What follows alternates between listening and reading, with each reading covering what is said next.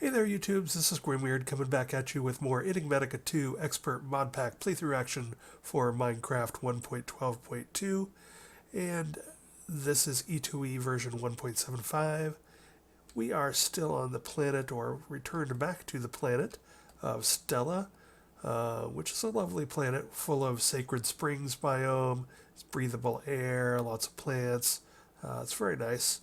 And it's also got a lot of rutile ore, an iridium ore, and destabilized redstone if you're into such things.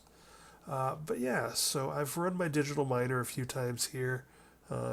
So let's see, I mark where I did so I don't repeat myself. But I'm here to go ahead and collect that because I think we are about done with digital mining on this planet.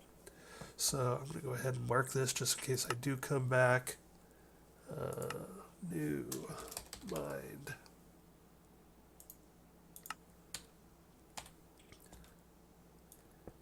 And we'll pick up our digital miner and our ender chest and our flux point for power. And with a lovely purple sky above us, I think we will go ahead and bid Stella adieu. And let's go take a look at some of the other planets. Between episodes, I went ahead and closed out advanced rocketry. So we got our, if we take a look at the quest book here, let's see, advanced rocketry. So the thing we were able to get here was the destabilized clathrate from destabilized redstone ore. And also there's a good chunk of iridium and rutile ore here if you have need for such things. And we're getting our prosperity ore, dimensional shard ore, and mana infused ore from our, at the time, tier 5 void ore miner from environmental tech. But we still needed to get this little batch here to close things up. We needed the energized clathrate and the resonant clathrate and the draconium ore in netherrack and the draconium ore in stone. So I happened to glance back at my last attempted playthrough and double check to see where those were. And let's go to those planets. My rocket was sort of buggy, so I just went ahead and went to the other two planets I needed to be at and got my stuff and then called it good. So we are on the planet Feluca here. There's the name of it. I've renamed the sign Feluca. It's a brown magic sign, so I've set the teleport point here. And it is an interesting one. It's like a stormland biome, whatever that is. We've got a lot of charcoal logs from dead trees here. This is sort of a nice place to find forestry trees. So there are a wide variety of, like here's a mahogany wood. We've got some sapiri, some various weird things. So you can find quite a few forestry trees here if you are in the mood. And they stand out like a sore thumb. So that's another good use for this planet. But let's go take a look at what we needed to get here. So if we come down here, there's obviously tons of ore here. You can tell from this in-stone that this is probably the place where we're going to find the destabilized resonant ender and also the draconium in stone. And I just basically, oh, here we go. I just basically did a bunch of vein mining here for like 5-10 minutes. And here you have some resonant in stone. If you break this stuff without silk touch, you get the clathrates that you're looking for, the resonant clathrate. And then you can also, if you want to get credit for the ore, since the guide is looking for ore on draconium ore and draconium ore here, you can also do like silk touch on those. Or I also tend to do silk touch on these so that it doesn't spill ender fluid everywhere. and drain down into my pit here. But yeah, if you keep going down, so that's sort of like, just a ways down. If you keep coming down here, near bedrock, you'll run into the draconium. So if we take a look down here, did I leave any uncovered? There's some. So here you can see the Ender Draconium ore, which is necessary for the quest. So there you have it. Felucca. 2 more things knocked off. Now, real quick, let's go ahead and... Ay, caramba. Where is my... Uh-oh. Where is my Diurnal? I had a game crash just recently, and a little concerned that my Diurnal is missing. That would be bad. Let's go ahead and teleport back to our base.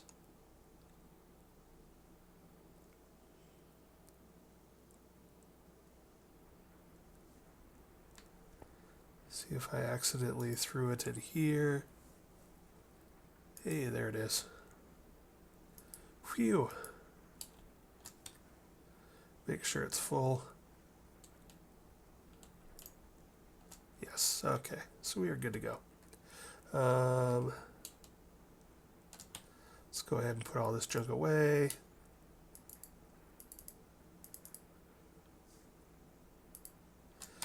And now let's run over to, and actually we can go ahead and put away the digital miner and the box as well. Let's go ahead and run over to now the third and last planet that I visited and will probably visit, and that would be Novus.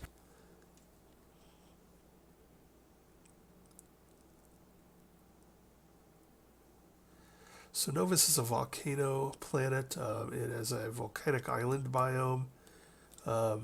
In addition to getting the netherrack draconium and the glowstone, resonant glowstone stuff, glowstone clathrates or whatever they're called, it's a great source of netherrack blocks and blazing pyrotheum. So you can see there's just pools and pools and pools of stuff here. So this is another great planet to come to just for extra stuff. But yeah, if we take a look here, where did I... Oh, I just vein mined straight down here as well. And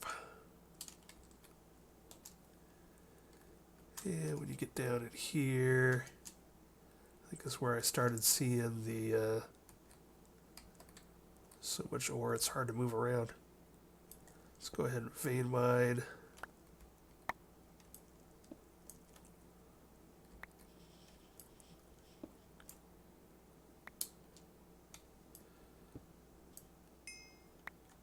Vein mine, please. Thank you.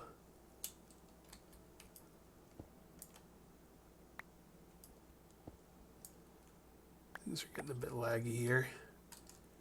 Definitely had some problems in my last playthrough and in this one when I start opening up a lot of these planet dimensions. Starts getting sort of laggy.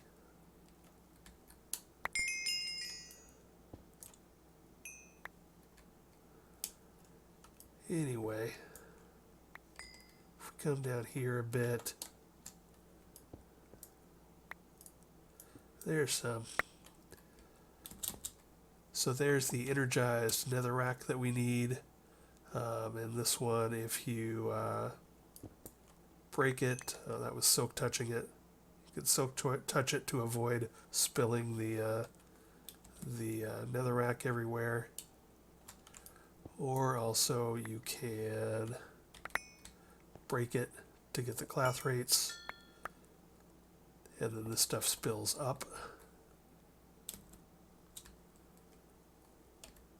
But now you've got the energized clathrates. And if we keep going down, we'll find the netherrack, netherrack draconium. And yeah, so if you come up here to some,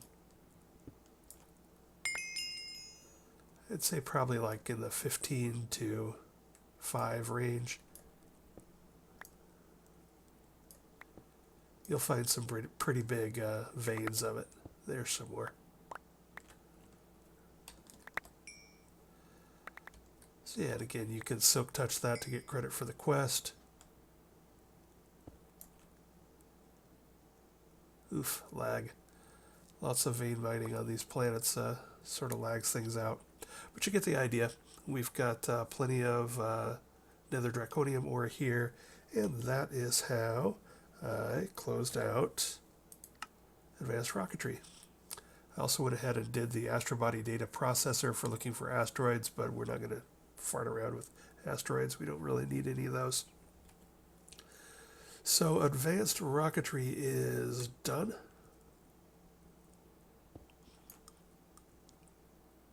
Yeah, wow, we're getting some lag here.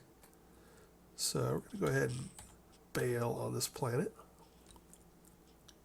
There's also lots of ash blocks here, which I forget if they're useful for something, but yeah, there you go. So now let's go ahead and head back. And I'm going to pause the video right here and just log out and log back in to clear the air. Jumping around to lots of planets and doing a lot of vein mining seems to cause issues with my game, lag issues. So we're going to go ahead and clear the old RAM and get things loaded back up, and I'll be back in a second.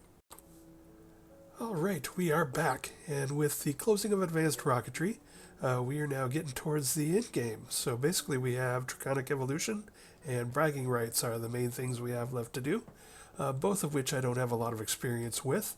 So I've spent a little time trying to figure out about what we need to do and how to approach it.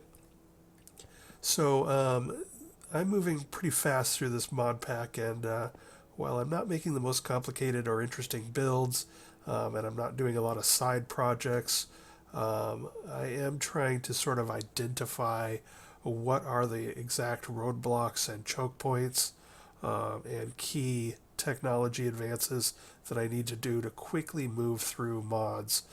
So for instance, getting your first steel is a big deal.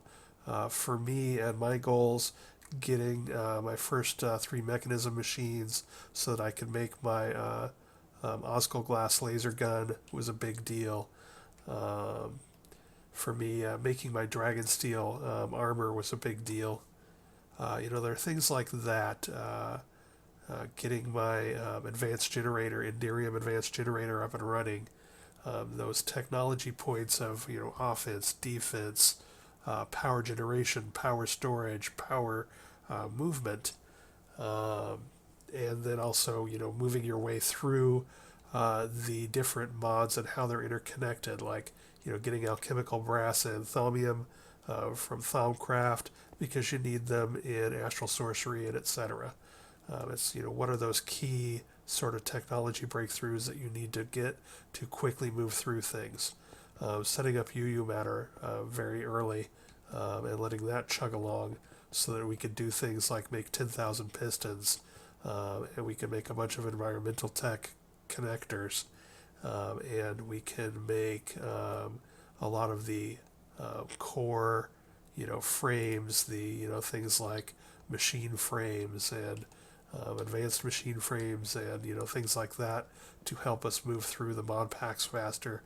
That's been sort of my focus here, is to sort of, I wouldn't call it a speed run, but it is sort of focused on what I need to do to progress, because I really want to try and close out the entire quest book on this playthrough if the world doesn't get too crazed and unstable before we get there.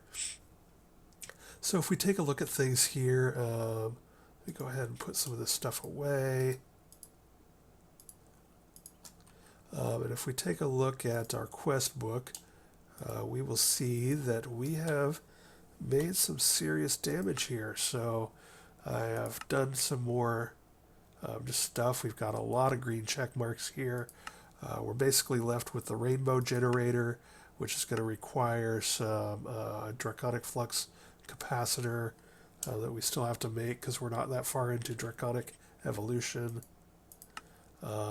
We've got some the RF Tools dimensional stuff, mostly because we are waiting on, we were waiting on resonant cell frames, but the last time I think I talked a bit about, did I talk about that last time? I think maybe, I've already forgotten. But no, I haven't, so I'll talk about it now.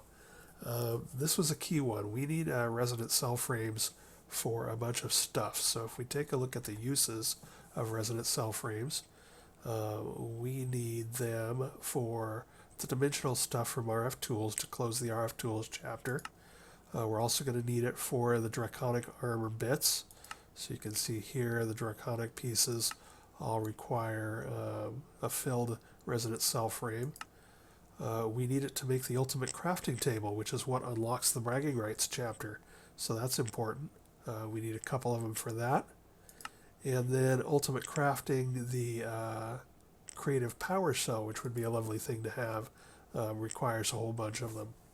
So I looked through this, and we're probably going to need roughly 26 of these filled resonant cell frames. So that's one thing I did work on. And if we take a look at that recipe, most of it was not too bad. Bioplastic, litherite, Enderium gear, ultimate control circuits. We can make those with UU matter, I believe. Infused diamonds. We're getting the dimensional shards from our tier 5 void miner. Structure frames, reactor frames, inner electron tubes. Most of this was pretty easy. The only two that really slowed me down were cubic boron nitride. So if we take a look at that, the pressurizer from Nuclear Craft can make that out of hexagonal boron nitride, which can be made crystallized out of boron nitride solution, which can be made out of ammonia and boric acid, etc., etc. So let's go ahead and downstairs and take a look at that. I did set some of that up down where we were making our calcium sulfate. So this is our calcium sulfate production that we needed for a few things earlier. How's that doing? We got another little batch there. I don't have this completely automated and hooked up to the ME system because we just really don't need, I think, that much of it. So every once in a while when I come down here, I throw a little bit more fluorite and or sulfur in to keep it chugging along. But yeah, now back to the hexagonal boron nitride that we need for the filled resonant ender ones. So this one takes a boron ingot in the melter. It melts it down to molten boron. And then the chemical reactor, it will react. Let's see, what does it make again? It reacts with hydrogen, and then it makes, I've run it all out, so I can't remember exactly. I think this makes diborane, and then this makes boric acid, and then this reacts ammonia and boric acid. The ammonia is made down here from nitrogen and hydrogen into ammonia. The nitrogen is coming from this dense nitrogen collector from Nuclear Craft. And then I think in here we're taking the ammonia and the boric acid and we're making the stuff that goes into this crystallizer, etc., etc. So this wasn't too bad. We set it up. I got 126 of them in addition to the ones I made. That might be all we ever need. Let's double check. So uses of this. You can turn it into boots. I had no idea. We might actually need those for something. Let me double check. Yeah, that's one of the suits we're going to need to make Wyvern chest plates and whatnot. So it's good to have a few spare of those. And here, of course, is where we use it for the full resonant enders. We're only going to need 26 of them from there, but it looks like we're going to need some more Is the dust actually used anywhere? No. So we probably got all of that we're ever going to need. But yeah. So the other things we need, the other thing that sort of caught me off guard with the filled resonant ender ones was we needed some of this pulsating mesh. This sort of caught me off guard. I thought we were done with the bees after the forestry bees, after making our apiarist's armor for forestry with the silky combs from the tropical bees. But we also needed some pulsating propolis, which comes from ender bees, to make pulsating mesh. So if we take a look at this, pulsating propolis, 100% chance, out of mysterious comb, and mysterious comb drops from ender bees. So I went to the end and cracked open a few hives of ender bees. I do recommend the Scooperator MX200 Turbo from Gindustry because it has so much more uses. 500 charges, you can recharge it as opposed to the dreaded normal scoops, which I think only break open like 4 or 5, maybe 5 or 6 hives before they break. And this wasn't too expensive at this point in the game to build. So we went there and we broke up with some hives. We got some ender bees. Here are some things that I want to talk about real quick. So it turns out, fortunately, I have resistance 5 and I'm basically immune to all damage, probably except for the Chaos Dragon fight. But the ender bees will sting you and they hit hard. The tropical bees poison you, which is pretty nasty, but the ender bees just plain do big damage. So if you are not invulnerable, keep that in mind. And then we'll talk a bit more about why these bees are hurting me in a moment.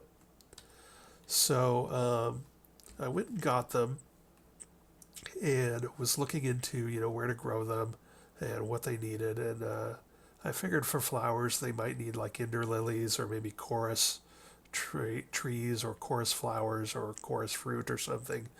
Well, I was wrong. I did a quick Google just to verify that. They want a dragon egg near them.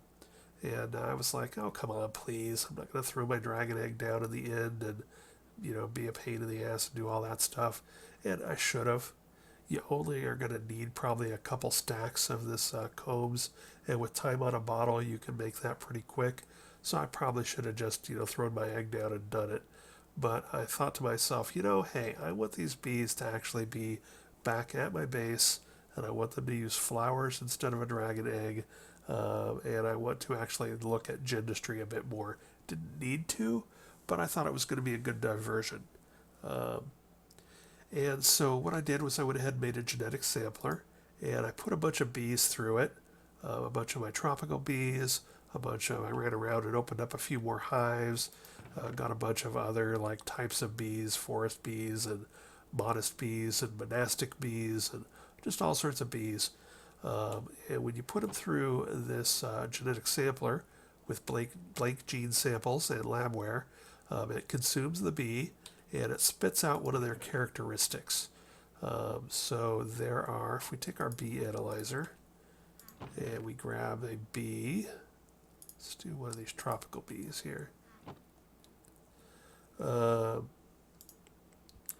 So you put honey drops in it to fuel it, and you throw your bee up there, and there's basically the first 2 slots are what really tell you what's going on, but there are 13 sort of changeable and or sampleable pieces of information here. So that is the species, so you can actually change the species of a bee. This would be handy if, all of this is great for what you want, but you want the bee to make a different type of comb. You can sample the species out of it and then add that species to a different bee, and it'll change what kind of comb it makes. There's also lifespan, production, pollination, flower type, so the tropical bees like jungle, which is things like vines and ferns. Fertility, which is how much drones they make when they make drones. Territory, which I think is just how big of an area they will pollinate. And I think the pollination and the territory become more of a factor when you're using them for pollinating trees and breeding trees, which I'm not going to get into at this time. The effect, so here's the poison that the tropical bees will do to you. And if we move the bee down to tropical, or down to section 2, I don't think you can change their climate and humidity. So the tropical bees that make the silky comb for the Apiarist armor, they like it warm and damp. They are sort of, they can go 1 up, so from warm to normal, and they can go 1 up from damp, so damp to normal. So they can survive in a normal, but I think they have less chance of dropping honey drops and other stuff if they are not in their happiest climate and humidity. Diurnal means they are awake during the day. Nocturnal, they are not awake at night. So for these, I actually made lights for their industrial apiaries so that they would stay awake during the night. Tolerant flyer is, will they fly in the rain? Cave dwelling is, do they have to be in a cave? So yeah, that's sort of, these are the kinds of things you can change here. And these are the kinds of things you can sample.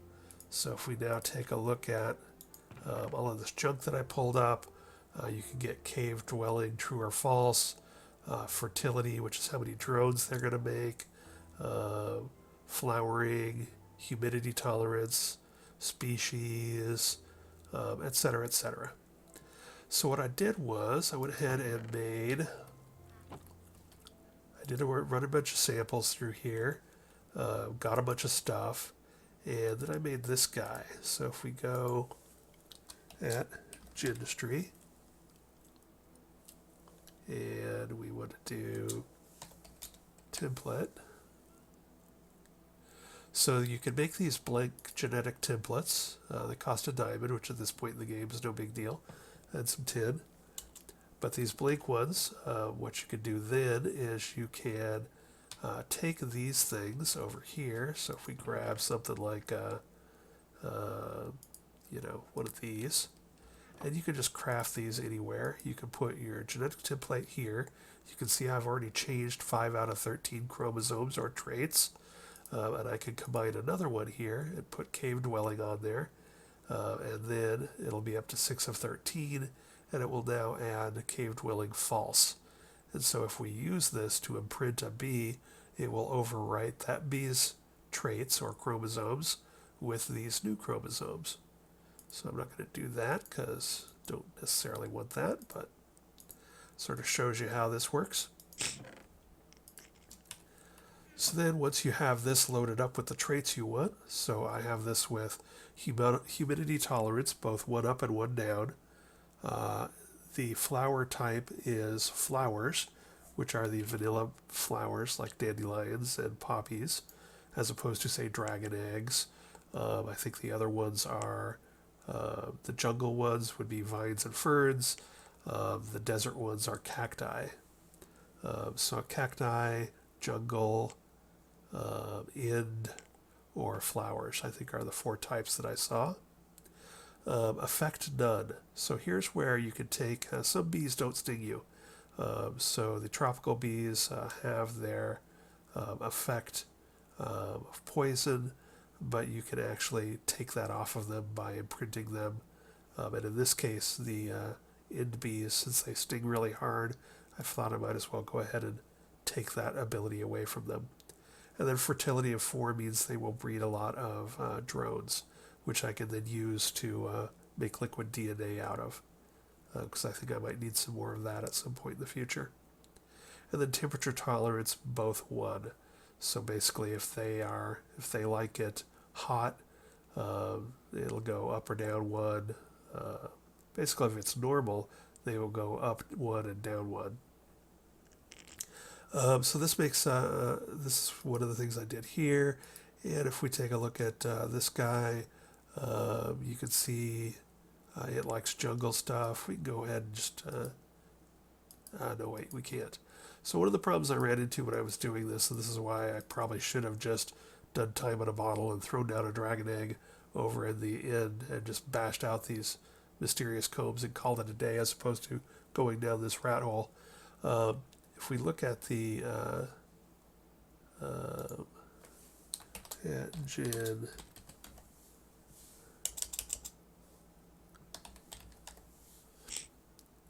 is the genetic imprinter, and if we look at the uses for this, you can do all sorts of things with butterflies and saplings and caterpillars and yada yada.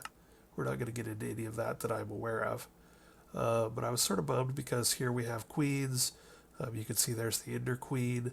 It can be manipulated here to make other queens. So the recipe says that I could use queens, but it turned out I wasn't able to actually load any queens of any kind of bee into the genetic imprinter. So that may be an update or an error. But anyway, this is not consumed when you use it. So basically I took 4 Ender Princesses and 4 Ender Drones, and I made them all to this level. And then if we take a look over here, if we pull out one of these bad boys, and let's throw it in our thing here. So you can see that they, instead of a normal Ender Drone that wants Ind, which means dragon egg, it wants flowers. It's fertility instead of, I think it was 1 drone, is now 4x. If we look down here, it will go both up and down from cold. It doesn't really matter because I think there's only 3 levels: cold, normal, hot, and dry, normal, wet. But anyway, just put this on here because I can use this genetic template on a wide variety of bees. And it is yes active and diurnally and nocturnally, so it doesn't need to sleep. Yeah, so pretty good. And the effect of none means it doesn't sting anymore.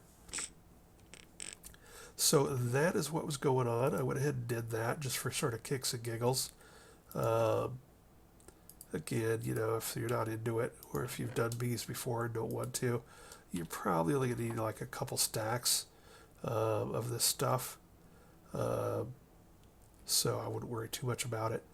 In fact, by the time I got this all set up and then timed on a bottle these, I had bashed through most of the, I do sort of enjoy doing the time in a bottle and making bee swarms. I don't actually need any more mysterious combs, but I've got tons of time on my time in a bottle. Bees! Ah, bees! Cracks me up every time. So yeah, that is what I did there. Throw this in there. And let's go ahead and throw this in there. And then of course we can take our mysterious comb and turn it into the pulsating propolis, and then turn that into pulsating mesh. And then we have our thing that we need to make the couple dozen of these that filled resonant cell frames that we need for in-game type stuff. And again, here's the pulsating mesh that we are building with this. So now that we're approaching in-game, I sort of needed to get a handle for. We're sort of reaching a point where I'm not familiar with draconic evolution. I'm not familiar with a lot of the stuff that's going on in the end game, the bragging rights chapter. This is about where things started to go to hell in my old world, and I started having problems with stability. So this is where I sort of restarted. So what I decided to do was just come down here, and I sort of got carried away here. But I made a bunch of shulker boxes to sort of cover some of the more complex, larger projects that I know we're going to do. So one of the things we have to do is, of course, the ultimate crafting table to unlock the bragging rights chapter. And obviously when you get into these big old 7x7 crafting things, they get a little wonky. And it's sort of hard for me to keep track of everything. since I'm not doing auto crafting and whatnot. So what I did was I made some boxes, made some big boxes, so that I could do 7x7 or even 9x9 recipes and sort of lay them out in the order that I need them. So we got our resonant cell frames, so those are done. And the rest of the stuff was not too hard to make. It was all stuff that we had made already. It's not too big of a deal. I ran into basically a couple of things. And that is, if we take a look here, which one was it?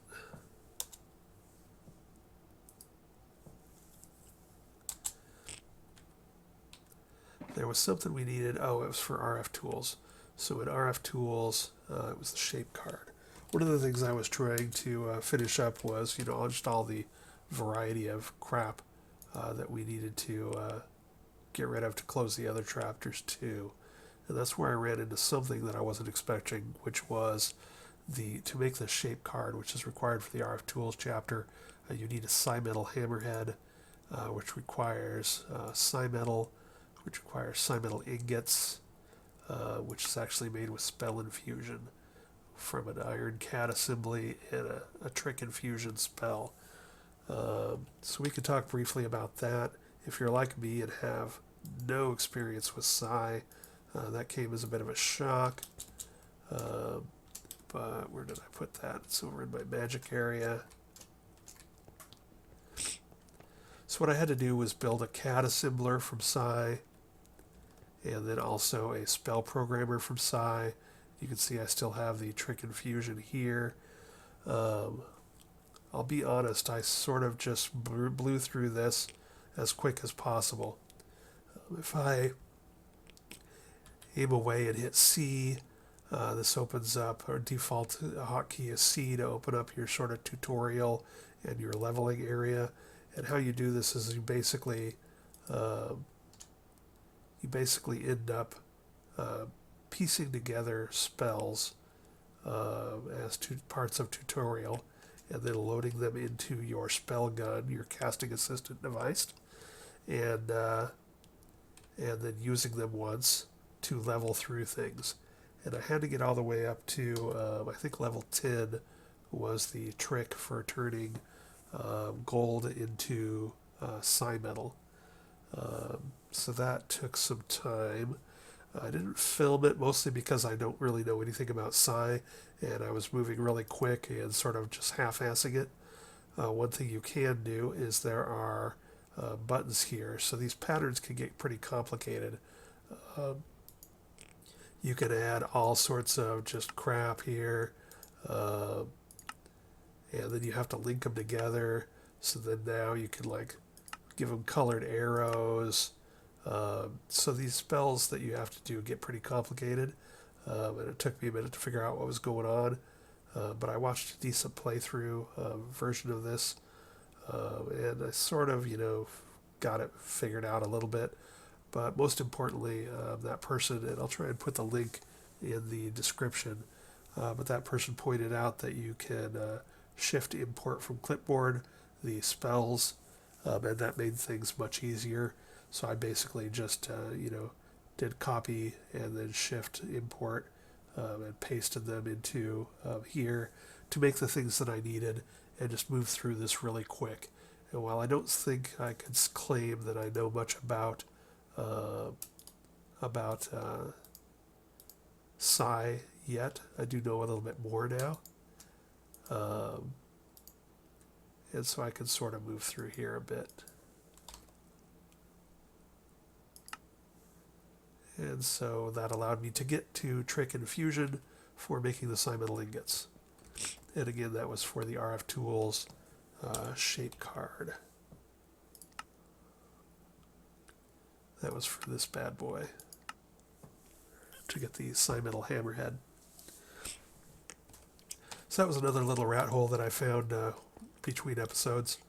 Let's return back to this idea of getting ready for the end game. So I've moved my crafting core in here.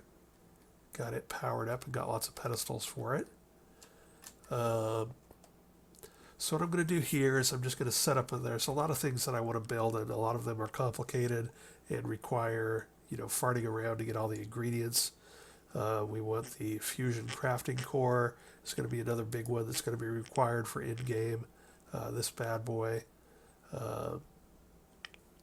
We're going to, I want an infinity booster card. I don't think it's actually required, so it's not a huge priority, but that lets my, that goes right in, whoa, that goes right in here, and then that will allow us to use this across dimensions or from anywhere, have access to our ME system, so that would be lovely. And that requires the singularities and the 10,000 pistons and yada yada yada. So I want to work on that. We need the rainbow generator. I need some, I think, Wyvern energy cores or something for this. We want to make the solar array controller 6 for environmental tech to close that down. We're going to need the RF tools, dimension stuff, the inscriber, the builder, the editor, and the workbench to close down that. I know probably one of the first things we're going to try and make is the creative fluid tank. So that's another big sort of one here. If we look here, it's going to be some big old 9x9 crafting once we make our ultimate crafting table. This is going to be crucial for getting creative molten things. So for instance, molten iron, molten copper, etc., that will then allow us to make singularities. The singularities require 10,000 of an item to make them. So for instance, the Fluix singularity requires 10,000 Fluix crystals. These three singularities I've sort of selected out as ones that are going to be a bit more complicated because, for instance, if we look at Fluix crystals, now if we want to make an iron singularity and we have a creative tank of iron, molten iron, well, obviously we could just pour out all the iron we need, right?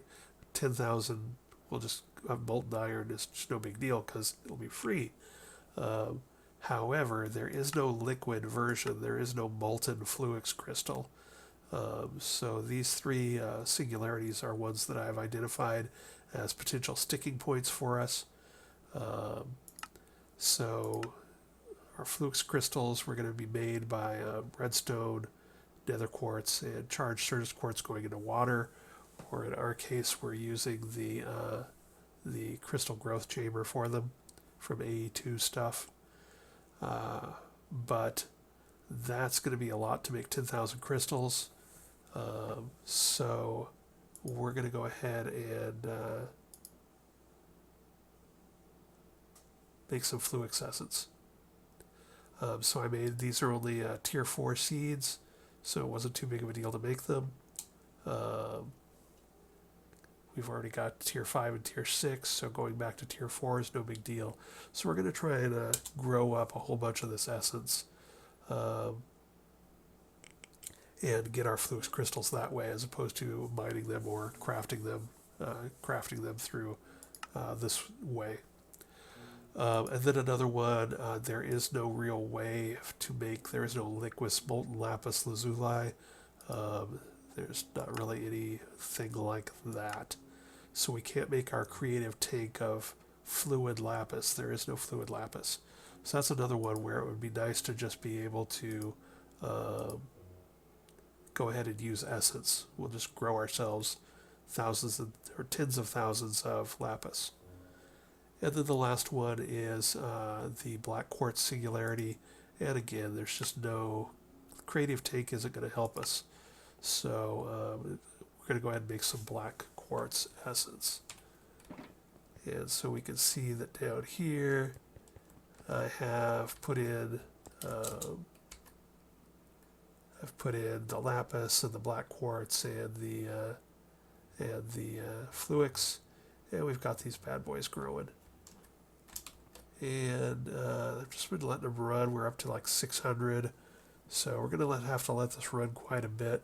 But I often leave this computer on and leave myself logged into Minecraft while I'm doing other things like watching TV or things like that. Sometimes even I leave it on while I sleep, so it's no big deal. We'll have plenty of that essence probably in the not too distant future. So yeah, that's the kind of stuff I've been doing. It's just sort of planning out what we're going to do. So this is a big deal, and most of this stuff was not too bad. By the time you get to this point, you probably should have all of this stuff or be able to make it. The Ludicrite block, Ludicrite, it's not too bad. Ender Amethyst you get from the end. Alamites, none of this is too particularly hard. The one thing that was a bit of a pain in the butt was these draconium crystals. So if we take a look at those, draconium crystals are made from a mechanism chemical crystallizer from clean draconium slurry, which is made from draconium slurry, which is made in a chemical dissolution chamber from sulfuric acid and the ore. We don't need a ton of these. In fact, I think 8 might be all we ever need. So basically what I did, you may have noticed this mess down here when I was talking about our boron nitride. I started to set this up as just a normal area, but then I realized that I had the brilliant idea to take some of my nuclear craft sulfuric acid over here and use it for the sulfuric acid over there. But then I needed to grab a fluid dictionary converter. So I chose sulfuric acid, put my nuclear craft stuff in there, and then got it over here. Then I had problems getting it in and out, so I used a gauge dropper from, I believe this is from Mechanism, where you can put up here and mouse over liquids and then right click them depending on the stuff. It works good in Mechanism machines and sometimes in other machines, and it'll pick up partial buckets. So then I got myself some Mechanism sulfuric acid, and then I realized that it was liquid, not a gas, so I had to get a rotary condensator and turn it from gas to or from a fluid to a gas, and then I pumped it into the chemical dissolution chamber. You can see I've got some left. So now this gaseous sulfuric acid will react with draconium ore, goes over to a chemical washer. The chemical washer, then he'll have like the water and the slurry, and make the clean slurry, and then the clean slurry will come over here and be crystallized in the chemical crystallizer into draconium crystals. But it turns out, and this is an important safety tip when we get into the end game, is that it turns out that if we look at the uses for this bad boy, there's only one recipe, and it's you need 8 of them to make the ultimate crafting table. So we're done.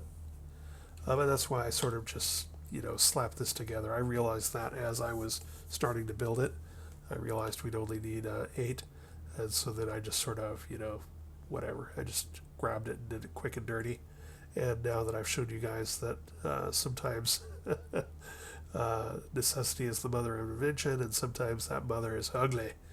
But now that we've got this sort of covered and we've got our draconic crystals, I'll clean all this up. I just wanted to show you guys that this is sort of my process sometimes when I'm realizing, oh crap, this needs gas instead of liquid, and then I'm like, piping things everywhere and making a mess.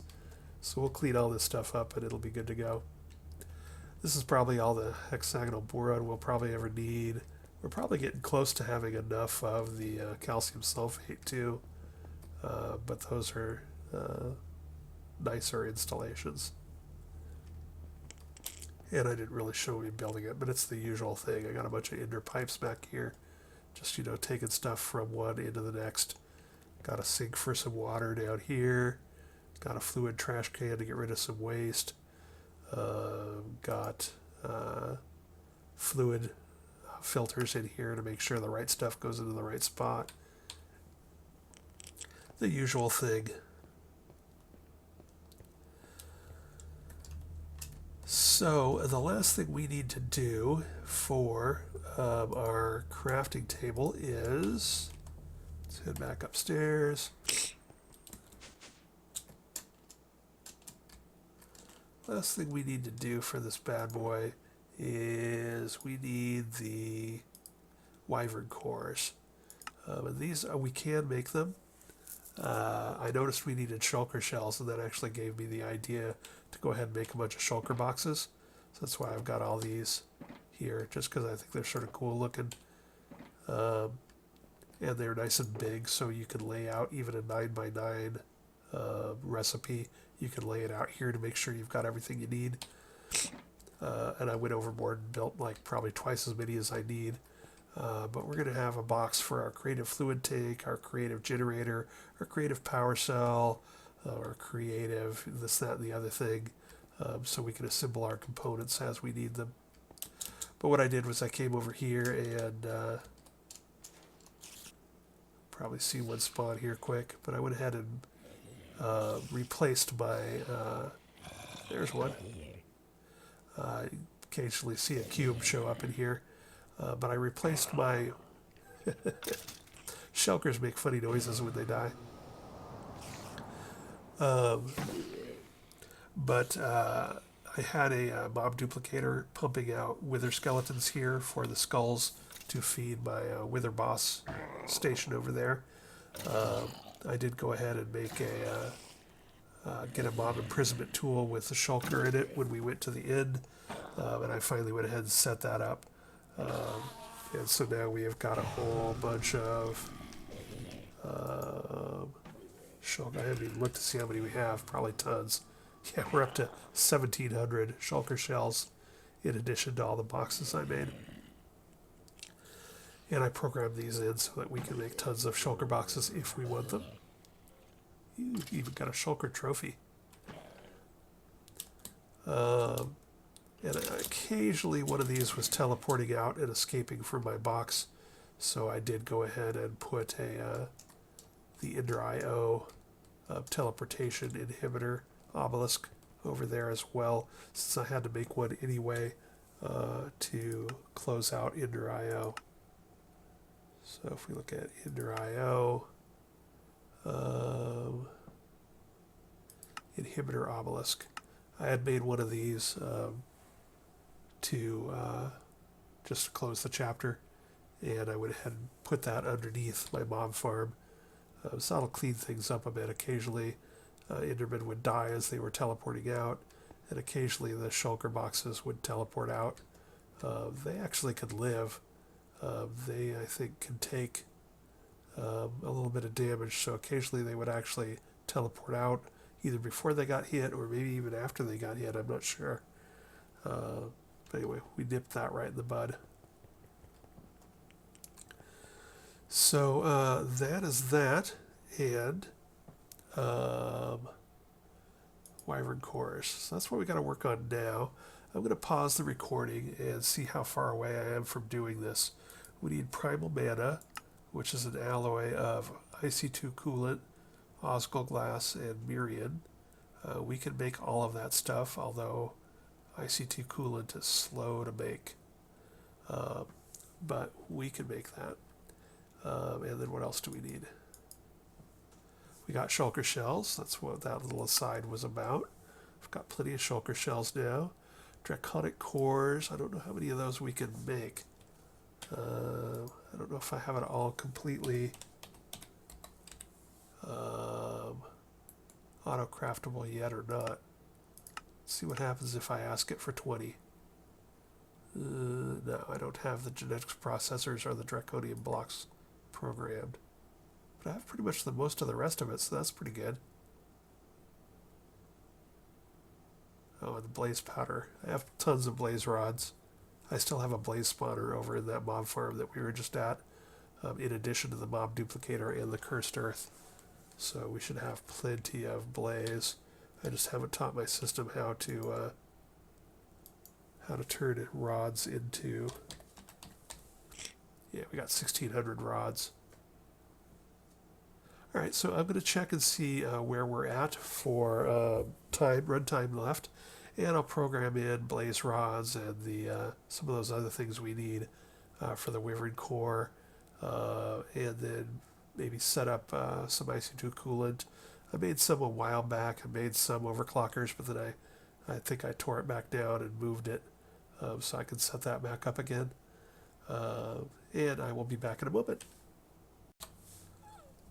Alright, so I had my fluid solid canning machine up in my IC2 area, and it was making fuel rods for the IC2 nuclear stuff for my plutonium breeding before I got bored with that and just made a bunch with UU matter. Yeah, so we just got this set up to pump water in, pump IC2 coolant out. If you look at the buttons, it's got a bunch of stuff. If you click this area, it'll change from different styles. So we're in fluid enrich. I'm going to put lapis lazuli dust in there with water, and it turns into IC2 coolant. And we've got 89 buckets, which should be more than enough for the rest of this entire playthrough. And we are done with that. So I'm going to switch this back to fuel rods in case I decide to make more, and call it a day. Yeah. Yeah, that went pretty fast because I stole a bunch of overclockers from this metal former. So there we go. We've got pick up my water here, and my pipes, my IC2 coolant. And now we have the IC2 coolant we need to make some primal mana. Looks like it is mostly IC2 coolant with a hint of molten Ozglow glass and Mirian. So I'm going to go ahead and make some of that up. I don't think we need a ton of it. If we take a look here, how many Wyvern cores are we going to need? We're going to need we're going to probably need a whole bunch of these for stuff. For making draconic bows and wyvern bows and various other things. So I'll go ahead and make a bunch of this. It's not like that hard. I'd rather make a big batch now than have to come back and make more later. That's why I made 80-some buckets of IC2 coolant. That'll probably net us something close to 100 buckets of primal mana. And it uses half a bucket per wyvern core. So, you know, we'll have a couple hundred wyvern cores worth of primal mana. So that ain't too bad. That'll probably get the job done, and I can always make more later if I need to. Hopefully by the time we need more, we will have the creative tank, and we'll be able to just make all that we want.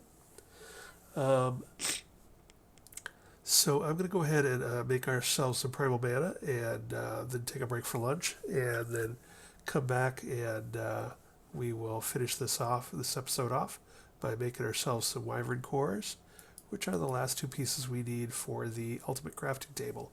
And then we'll take a look at finally, we will have the bragging rights gate opened, and we will be able to take a look at the mysteries beyond. So yeah, I'll be back in a moment. And we are back. I made up some primal mana and some more ludic, and slap this last bucket in there, and get one last wyvern core here, and made a few extra, but that ought to get us into our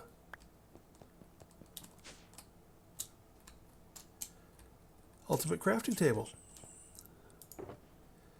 So we'll slide that wyvern core in there and there, and I think that is the recipe. So now all we got to do is pull that stuff out and go put it in our elite crafting table, and we should be good to go.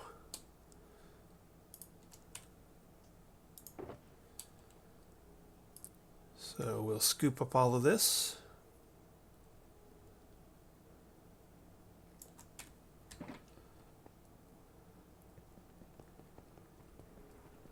And come over here.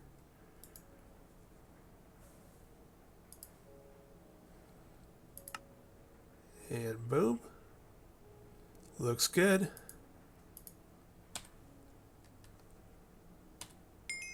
And there we go. Claim. And now we have this gate open. And we can come down here to bragging rights, and aha, here we go. So these are the kinds of things we're going to want to make. Creative RF, creative EU, creative gases. Alright, so this sort of gives me an idea what we're up against here. So it looks like we're going to be worried about creative RF. Let's take a look at that bad boy. Draconic energy cores.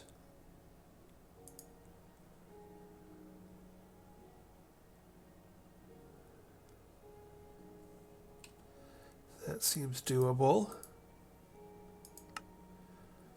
Ultimate ingots, that's doable. 2 rainbow generators, joy. So what am I missing on there again? I'm missing this.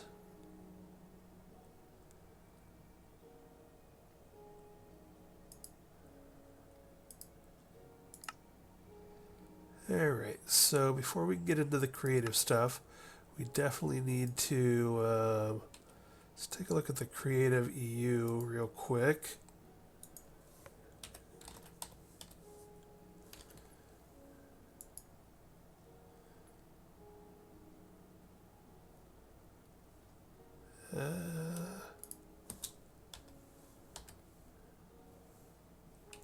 We can't actually make it ahead of time and can't see the recipe ahead of time.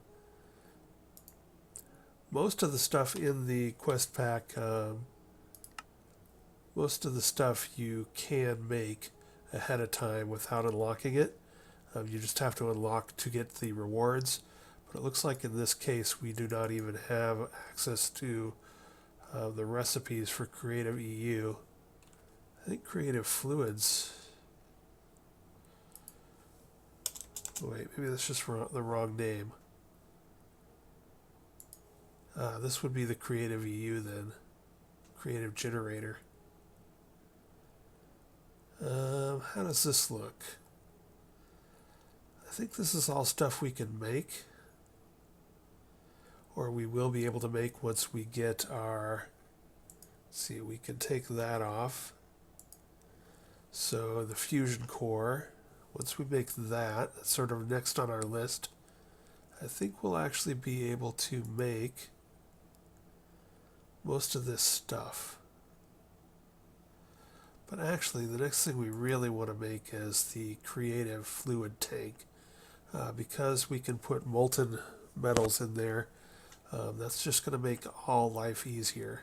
If we can make this bad boy and then the creative vending upgrade, which is going to require some singularities and stuff, so that's going to be later. But if we can make creative fluids and creative vending upgrades, we pretty much got this mod pack licked. And I think the creative tanks are going to be our next focus. Looks like, if I'm looking here, tree oil, primal mana, UU matter. How much UU matter? 32 buckets. Yeah, we got that. Ethanol, biomass mutagen, goat milk. Ooh. So goat milk might be a thing we have to figure out. Get into Animania, go find us some goats, try to make them happy enough that we can milk them.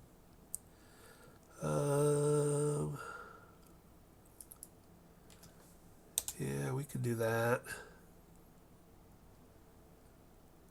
Ho lava. lava.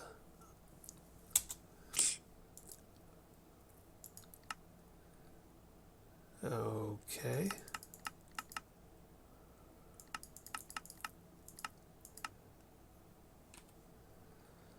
That one might take a little research, but on the whole, I think the thing that's going to slow us down from making the creative fluid tank is going to be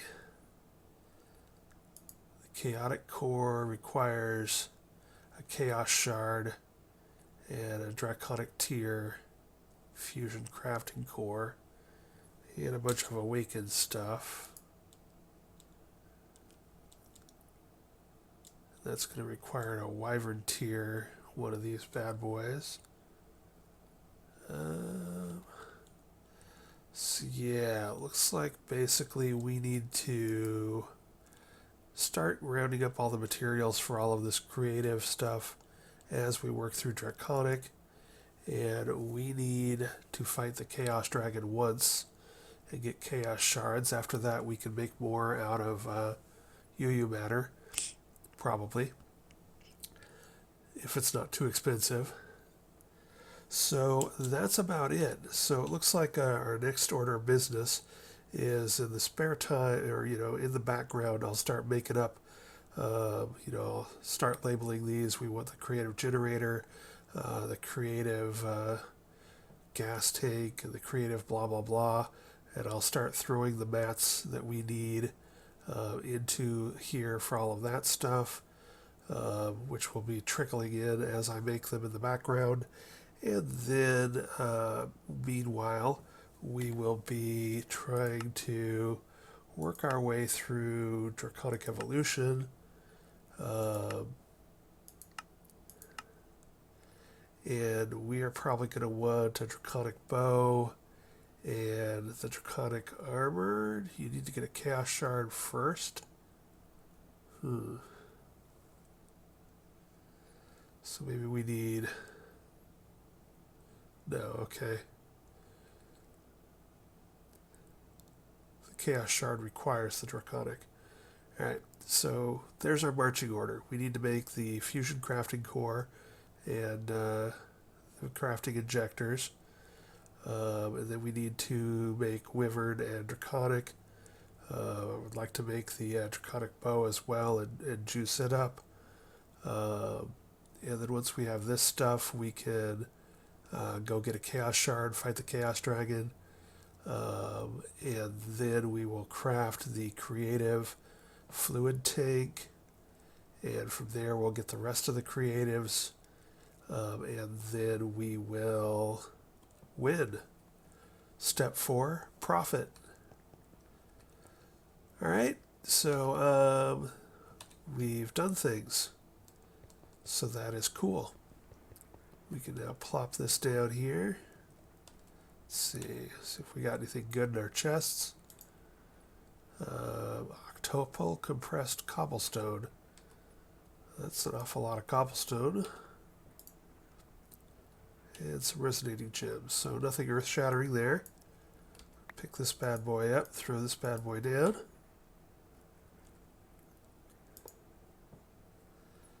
And that's going to be an episode. So we got a lot of stuff done. The good news is that a lot of this creative stuff has lots of things to build. So just, even here, it's like, yeah, the thing that's going to take the most time is probably the chaotic core. That's where we got to work towards. But in the background, I'm going to have to make some anglesite, which I also need for the Infinity booster card for my wireless AE terminal. We're going to need to make some of this other junk. We gotta go find some goats and milk them. Crap like that. Even just things like the 16 demonically gargantuan drums. I took a look at that real quick, and I do have that auto-craftable Fargantuan? No, Gargantuan. There we go. But let's say I wanted to try and make 16 of these. 16 of these end up costing like a lot. So we're going to be, I guess it's not too horribly bad.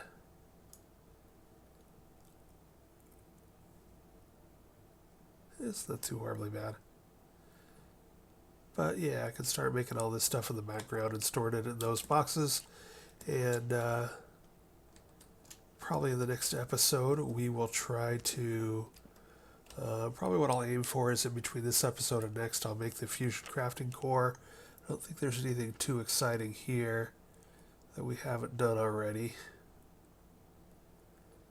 Yeah, we got most of this stuff. So we'll try and make that. We've got to do the injectors too. Hopefully those are not too horrible. The basic ones are pretty easy. And upgrading them is pretty easy. So probably what I will do is try to aim for, in between episodes, getting the fusion crafting core, and then maybe even getting up to Wyvern fusion crafting injectors around it. And then we can start pushing towards draconic armor and weapons. And in an episode or two, go fight a chaos dragon and get us some chaos shards, and then work our way through draconic and get our creative stuff and call this a win. So hopefully we're going to be, we're hopefully a week or two away from having this bad boy hammered out. Anyway, thanks for watching. As always, if you have any questions, please feel free to leave a comment. If you want to know what I'm doing or why I'm doing it or how I'm doing it. If you have any tips for how I could be doing things better, please leave notes. I love to learn. And if you're enjoying this and want to see more videos from me, please leave a like. I don't have this monetized, so it's not about the money. It's just one of those things where if I know people are watching and enjoying it, it'll motivate me to make more videos. So if you want to see more, let me know. Probably going to start thinking about what our next mod pack is going to be. A couple weeks from now, we might go into Enigmatica 2 Expert Skyblock, or I took a look at Project Ozone 3. Some of the mods in it that are pretty major mods in it seem sort of annoying to me, like the Voidcraft and the Lordcraft and some of those other ones. So I don't know. I've been sort of watching some of Hypnotized's current playthrough of Project Ozone 3 Kappa. And while I like the idea and I like some of it, a lot of it seems really sort of annoying to me. So I'm not sure if I'm going to do that one. I took a look at RL Craft, Real Life Craft. It looks a little insane, but I can be sort of insane when I want to be. So maybe we'll take a look at that one. But until next time, here I am signing off, and talk to you later.